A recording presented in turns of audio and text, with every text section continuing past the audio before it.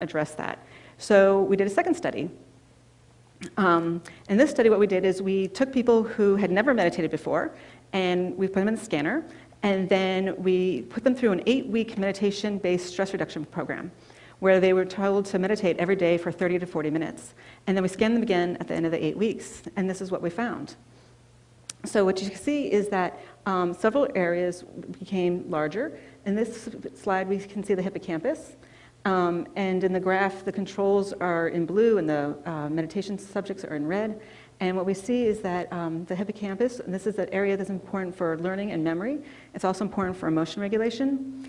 And what's interesting is there's less gray matter in this region in people who have depression and PTSD. Another region we identified was the temporal parietal junction, which is here above your ear. And it's important for perspective taking and empathy and compassion. And again, these are both functions which people report changing when they start practicing meditation and yoga. Another region we identified was the amygdala. And the amygdala is the fight or flight part of your brain. And here we actually found a decrease in gray matter. And what was interesting was that the change in gray matter was correlated with the change in stress. So the more stress reduction people reported, the smaller the amygdala became. And this was really interesting because it's sort of the opposite and parallel of what some animal studies have shown. So Chatterjee and colleagues using rodents, they took rodents who were just happy, normal rodents, and they had them in their cage, and they measured their amygdala, and then they put them through a 10-day stress regimen. And at the end of the 10 days, they measured their amygdala, and this exact same analogous part of their rat brain grew. So we found a decrease with stress, they found an increase with stress. What was interesting is that then they left the animals alone, and 3 weeks later, they went back and tested them again.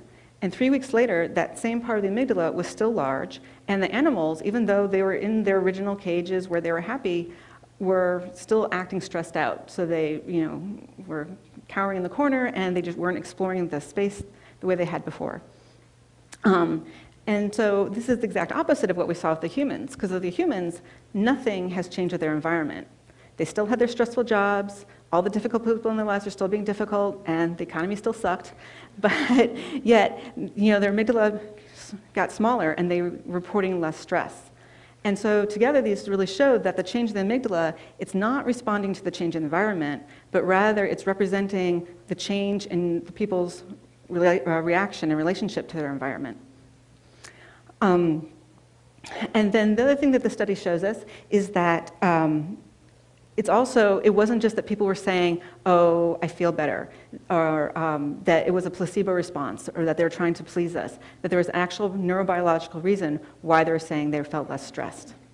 And so the idea that I'd like to share with all of you today is that meditation can literally change your brain. Thank you.